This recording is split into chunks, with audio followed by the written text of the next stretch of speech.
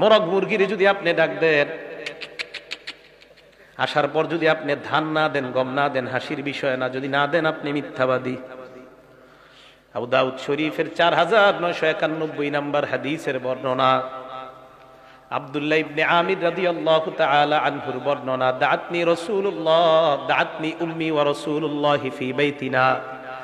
আমার আম্মা আমাকে ডাক দিলেন, নবী ওই সময় আমাদের বাসায় ছিলেন। আম্মা আমাকে ডাক দিয়ে বললেন, হা তাআলহা হুনা, বাবা এদিকে আসো, তোমারে আমি কিছু দিমু। দেখেন হাদিসের, আব্বু এদিকে আসো, তোমারে আমি কিছু দিমু।